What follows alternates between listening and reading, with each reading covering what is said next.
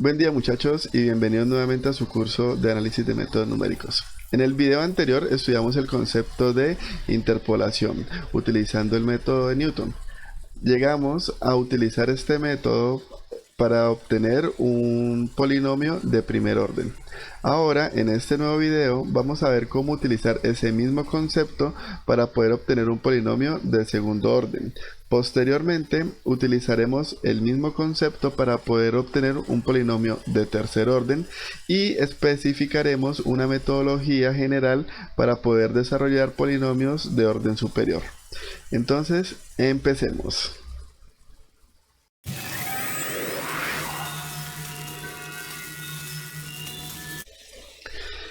Entonces muchachos, en el video anterior vimos cómo trabajar el polinomio de interpolación de Newton para obtener la ecuación de una función de primer orden, la cual me describía el comportamiento de mi sistema como si de un sistema lineal se tratase. Ahora lo que vamos a hacer es que vamos a incluir un punto adicional con el cual obtendremos entonces una función cuadrática, es decir, vamos a obtener un polinomio de segundo orden. Para este caso vamos a tratar una función que contenga entonces el punto de x igual a 3, x igual a 4 y x igual a 5. Con lo cual estaremos trabajando sobre la región sombreada en rojo. Esto nos va a dar como resultado entonces un polinomio de segundo grado, el cual va a tener esta forma. Esta forma siempre se va a aplicar cuando queramos obtener polinomios de segundo grado utilizando el método de interpolación de Newton. En esta forma lo que estamos observando es que el y de x sub k va a ser la respuesta de nuestro sistema para un x que se mueva en el rango de 3 a 4 porque estamos tomando estos tres puntos. Vamos a ver más adelante cómo cualquier valor de x que esté por fuera de este rango no va a tener no se va a acercar a la respuesta real de nuestro sistema. O sea que esas son cosas que vamos a tener que tener claro desde un principio. Ahora, en esta forma vemos que tenemos unos valores desconocidos, b sub 0, b sub 1 y b sub 2. Entonces, b sub 0 lo vamos a tratar como el y sub i, es decir, la respuesta de nuestro sistema para el primer x sub i, donde este elemento sería nuestro x sub i. Este sería x sub i más 1 y este sería x sub i más 2. De tal forma que b sub 1 sería entonces esta otra expresión. Acá denotamos que b sub 1 tiene la forma de una pendiente. Si nosotros analizamos la ecuación de una recta y igual a mx más b, cuando intentábamos determinar el m, lo podríamos ver como la pendiente que se estaría determinando de esta misma forma. Ahora, el b sub 2 va a tener entonces esta otra forma. Que también, si nos fijamos, aquí hay como una diferencia entre la pendiente en un punto, entre el punto y sub 2, y sub i más 2 y y sub i más 1, es decir, sería como la diferencia entre esta pendiente con respecto a esta pendiente, y con esta diferencia de pendientes se saca una nueva pendiente. Los elementos b sub 0, b sub 1 y b sub 2 son tratados como la pendiente de los polinomios en el método de interpolación de Newton. Más adelante vamos a ver cómo los organizamos de una manera más general. Pero por ahora esta va a ser la forma que van a tener cada uno de estos elementos para nuestra fórmula general de un polinomio de segundo grado en el método de interpolación de Newton. Ahora, lo que vamos a hacer es que vamos a reemplazar cada uno de los x sub i más 1, x sub i más 2 y su respectiva respuesta y sub i más 1, y sub i más 2 y y sub i. Aquí observamos, en este costado estaríamos viendo lo que vendría a ser el elemento i más 1 y el elemento i más 2. Por ende, este sería x sub i, este sería x sub i más 1 y este sería x sub i más 2. De igual forma, este de acá sería y sub i más 1 y y sub i más 2. Reemplazamos estos elementos sobre los que teníamos aquí en cada una de estas expresiones para obtener de esta forma que b sub 0 es igual a 6. B sub 1 va a ser entonces igual a y sub i más 1, que no es más que 9, menos y sub i, que es 6, entonces 9 menos 6, sobre x sub i más 1, que es 4, menos x sub i, que es 3. Esto nos da como resultado b1 igual a 3. Asimismo, reemplazamos los elementos del b sub 2 obteniendo esta expresión, lo cual nos da igual a 2. Ahora lo que hacemos a continuación es coger cada uno de los resultados de estos coeficientes recién calculados y los vamos a reemplazar sobre esta primera expresión de la fórmula general que tenemos sobre la fórmula general que tenemos del polinomio de segundo grado de interpolación de Newton, con lo cual obtenemos esta nueva expresión. Ahora, resolviendo esta expresión y simplificando, vamos a obtener esta expresión, la cual me representa entonces la función. Esta sería la fórmula de la función que pasa por los 3 puntos previamente indicados. Si se observa, esta función tiene entonces un segundo orden, es de segundo orden, por lo cual no estamos hablando de la función de una recta, sino que de la función de una curva, es una función cuadrática. Ahora bien, teniendo ya nuestra función que describe el comportamiento de una curva que pasa por los 3 puntos indicados, lo que vamos a hacer es que vamos a empezar a variar el x sub k. Recordemos que el x sub k va a ser un valor cualquiera que esté en el rango desde x sub i hasta x sub i más 2. Entonces, inicialmente vamos a hacer que asuma el valor de 3, el cual es el límite izquierdo, es decir, el límite inferior.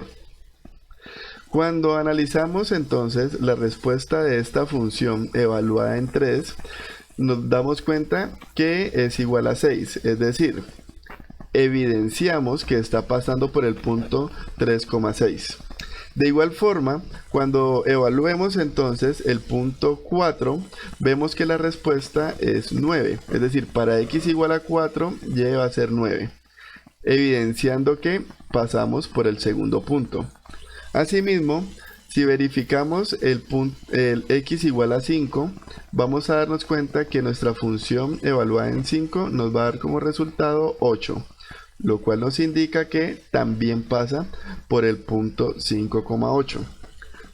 Por ende, hasta este momento podríamos decir que nuestra curva satisface con el planteamiento inicial, que era que pasase por los 3 puntos indicados. Ahora bien, ¿qué sucede si evaluamos entonces nuestra función en 2? El cual vendría a ser un valor por fuera de nuestro rango. Vemos que la respuesta va a ser 1, pero aquí observamos que la respuesta real del sistema ante x igual a 2 era y igual a 7. Entre 7 y 1 hay una gran diferencia. ¿Por qué? Porque resulta de que mi sistema, es decir, mi función, esa función que acabamos de calcular, solamente tiene sentido en el rango que va desde 3 hasta 5. Por fuera de este rango, los valores que arroje mi función no van a tener sentido. De igual forma, si nosotros evaluamos entonces el comportamiento de la función en x igual a 6, obtenemos que la respuesta es 3. Cuando la respuesta real ante x igual a 6 es y igual a 12. Con esto nosotros, ¿qué podemos empezar a ver? Que nuestra función va a tener como esta forma. Ok, aquí, antes de continuar, ¿qué es lo que nosotros vemos? Cuando analizamos entonces la respuesta de nuestro sistema en y en x igual a 3.5, que es el mismo valor que nosotros evaluamos en el video anterior, y esos son los mismos datos que teníamos para el video anterior, observamos que la respuesta ahora es 8.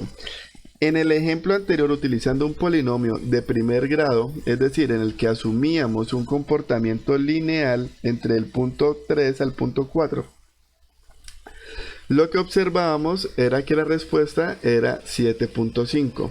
Aquí nos cambió a 8. ¿Por qué? Porque ahora el comportamiento de nuestra función ya no es lineal, sino que tenemos un comportamiento cuadrático. Eso lo podemos observar con esta gráfica. Esta nueva curva es la que me estaría representando esta función. Acá observamos que efectivamente la curva pasa por los 3 puntos, pero no con un comportamiento lineal, sino con un comportamiento cuadrático. De igual forma, observamos que se ajusta muy bien al comportamiento de nuestro sistema en estos 3 puntos, pero por fuera de estos 3 puntos ya tiene un comportamiento que efectivamente no es el indicado para la tendencia de nuestro sistema. Por ende, la conclusión hasta este momento, ¿cuál es? Si vamos a trabajar con interpolación utilizando el método de Newton, tener en cuenta que la función resultante solamente tendrá sentido para valores que se encuentren dentro de los rangos que hemos definido para trazar los puntos. Entonces, hasta ahora, ¿qué es lo que hemos visto? Para un polinomio de primer orden, nuestra expresión general vendría a tener esta forma, donde b sub 0 y b sub 1 son pendientes que tienen esta forma. Ahora, cuando trabajamos un polinomio de segundo grado, observamos que la expresión general tendría esta nueva forma, la cual involucra una nueva expresión, esta expresión de acá. B sub 2 por x sub k menos x sub y por la diferencia entre x sub k menos x sub y más 1. Acá lo que estamos observando es que esta primera parte viene a ser este mismo elemento. Estaríamos sumando ahora la diferencia entre un nuevo x sub y. ¿Por qué? Porque estamos agregando un nuevo punto dentro de nuestro polinomio. Ahora bien, también observamos que aparece un nuevo b2, por lo cual este va a tener esta forma. Si analizamos de igual forma la similitud que hay entre b sub 1 con b sub 2, nos damos cuenta que este elemento b sub 1 está contenido dentro de b sub 2, aquí en este pedazo. De tal forma que si nosotros analizamos un polinomio de tercer orden, lo que esperaríamos es que acá se aumente entonces un b sub 3, estos dos componentes con un nuevo componente que sería la diferencia entre x sub k con x sub y más 2, el cual efectivamente aparece acá, b sub 3, y el nuevo componente que les estaba indicando aparece en este momento. De igual forma, cuando analizamos entonces la forma, cuando analizamos cómo debería ser b sub 3 y vemos el comportamiento que tenía b sub 2 con b sub 1, entonces se hace intuitivo que acá debería agregarse entonces una nueva diferencia. Básicamente sería tener la pendiente formada entre los puntos de y sub i más 3 con y sub i más 2 y restarle esta de acá, con lo cual tendríamos esta nueva expresión. Es decir, nos vamos dando cuenta que a medida que vamos agregando nuevos puntos, no es más que coger la expresión con menos puntos e ir agregándole nuevas partes a estas fórmulas. Entonces, de acá, ¿qué es lo que se define? Básicamente una expresión general para saber entonces la forma de la pendiente.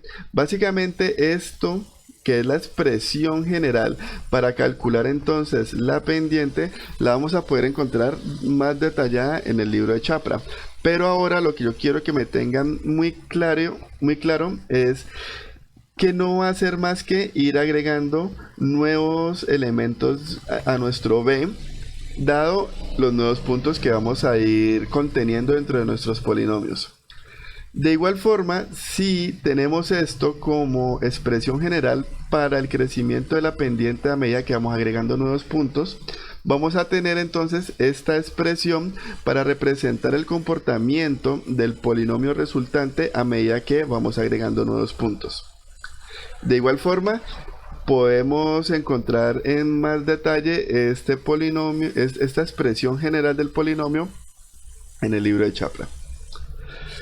Entonces, este primero lo denominamos la forma general de la pendiente. Y esta segunda expresión la vamos a denominar la forma general del polinomio de interpolación de Newton. Ahora, ¿qué es lo que hemos visto hasta el momento? Si nosotros queremos conocer el comportamiento de nuestro sistema entre dos puntos, podemos simplemente asumir un comportamiento lineal, el cual vamos a encontrar con un polinomio de primer orden que tenemos acá. Muchachos, este va a ser el polinomio que más vamos a utilizar en ingeniería. ¿Por qué? Porque, por ejemplo, en química, cuando estamos trabajando con las tablas termodinámicas, nosotros tenemos un gran volumen de información sobre el comportamiento de nuestro sistema. Solo tendremos que determinar cómo se comporta en estados intermedios.